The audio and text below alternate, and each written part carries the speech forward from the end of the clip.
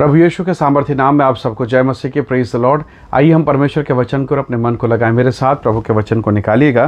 कुलुस्सी 1 अध्याय वचन 21 और उसका 22 यहाँ इस प्रकार से लिखा है, तुम जो पहले निकाले हुए थे और बुरे कामों के कारण मन से बैरी थे, उसने अब उसकी शारीरिक देह में मृत्यु के द्वारा तुम्हारा भी मेल कर लिया, ताकि तुम्हें अपने सम्मुख पवित्र और निष्कलंक और निर्दोष बनाकर उपस्थित करें। Praise the Lord, hallelujah. परमेश्वर के लोगों, बाइबल कहती है वो जो अपवित्र है, वो जो क्रोध की संतान है, प्रभु के प्रेम को जरा देखिए। तुम जो अपने कामों के कारण परमेश्वर के बैरी थे।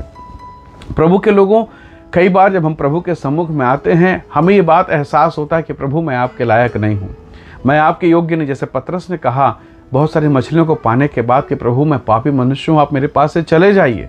परमेश्वर के लोगों, बहुत बार पवित्र आत्मा हमें स्पर्श करता है, हमें कायल करता है और हमें महसूस होता है कि सच में मैं गुनाहगार हूँ। कई बार हम इसीलिए नर्वस होते हैं कि प्रभु मैंने पाप किया है, मैं आपके लायक नहीं हूँ। परंतु परमेश्वर के वचन को सुनिए। यीशु मसीह कहते हैं मुझे उन 99 धर्मियों की आवश्यकता नहीं है। वो एक पापी के लिए, एक खोई हुई भेड़ के लिए, एक व्यक्ति के लिए, एक आत्मा के लिए वो स्वर्ग छोड़कर इस संसार में आया है। Praise the Lord. और यदि वो आप हैं, यदि वो मैं हूँ, तो हम सौभाग्यशाली व्यक्ति हैं। जब मैं पापी हूँ, जब मैं गुनाहगार हूँ, जब मैं किसी काम के योग्य नहीं, मेरे जीवन पर किसी की नज़र नहीं पड़ेगी, पर सृष्टिकर्ता परमेश्वर उसकी नज़र पड़ती है। जरा सोचिए, एक माँ के 2 बच्चे हैं। एक बच्चा बहुत तंदुरुस्त है, बहुत हट्टा कट्टा है, स्वस्थ है, भला चंगा है, पर एक और छोटा सा उसका बच्चा है जो पोलियो से है।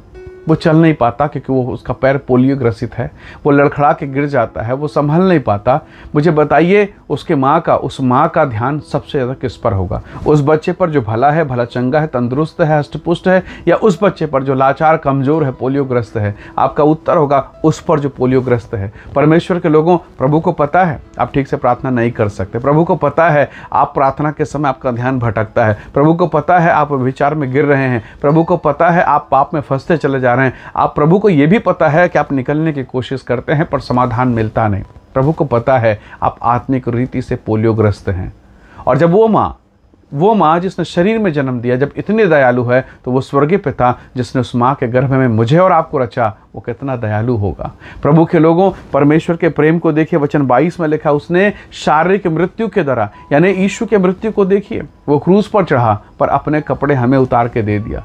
हमारी नग्नता, हमारे पाप को ढांपा, हमें नया मनुष्यत्व बना दिया। मानो समझिएगा, एक खराब प्रोडक्ट को एक सबसे बेहतर रैपर लगा के एक बेहतर पैकिंग करके परमेश्वर के सम्मुख में उपस्थित कर दिया। अंदर से सड़ाहट है, अंदर से बास है, अंदर से गंदगी है, पर परमेश्वर का धन्यवाद कि उसने हमसे प्रेम किया, हमें धोया, हमें पवित्र किया, हम पर अपने अनुग्रह को प्रकट किया। परमेश्वर के लोगों, यदि आज आपको लगे कि प्रभु जी मैं आपके योग्य नहीं हूँ, तो आपको ही प्रभु ढूंढ रहा है, आपको ही प्रभु पुकार रहा है। उस सामरी स्त्री के बारे में सोचिए। 5 पति है, सबको बिगाड़ चुकी, पूरा गांव में बदनाम है। कौन ऐसी स्त्री से बात करेगा? लेकिन सृष्टिकर्ता बात करता है, जीवनदाता बात करता है। सबके लिए वो यूजलेस है, मानो कचरा जीवन है, पर प्रभु ने उसी यूजलेस को यूज किया, पूरे गांव को उसने बदल दिया। हालेलुया। परमेश्वर के लोगों, शिमशोन भी गिरा था, शिमशोन से भी गलती हुई, उसने पश्चाताप किया, प्रभु ने उसे उठाकर खड़ा कर दिया। तो प्रभु के लोगों, क्या वो आपको खड़ा नहीं करेगा? क्या वो आप पर और मुझ पर दया नहीं करेगा? परमेश्वर का वचन कहता है स्पष्ट रीति से, उसने शारीरिक मृत्यु के द्वारा हमारा मेल कर दिया, हमारी बुराइयों को ढांप दिया, हमारे पापों को क्षमा कर दिया और हम पर ऐसा अनुग्रह किया है। हालेलुया। सो आज की सुबह हम उत्साहित हो जाएं और अपने परमेश्वर की आराधना करें। मैं गुनाहगार हूँ, मैं पापी हूँ, मैं अशुद्ध हूँ, मेरा जीवन सही नहीं है, तब भी प्रभु मुझे अपने पास आने की अनुमति देता है।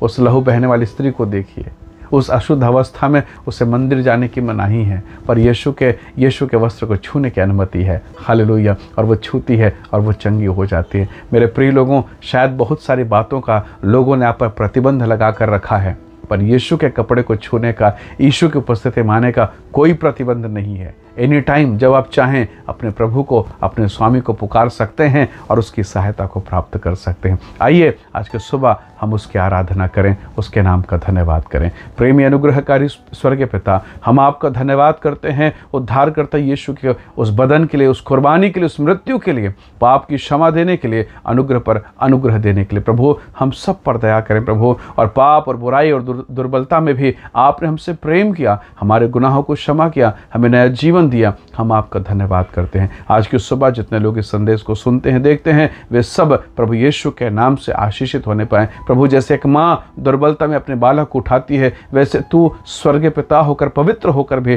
तूने हम पर अपनी दया को प्रकट किया। हम आपका धन्यवाद करते हैं। प्रत्येक को ब्लेस करें, आशीष करें, प्रभु यीशु के नाम से मांगते हैं, आमीन आमीन।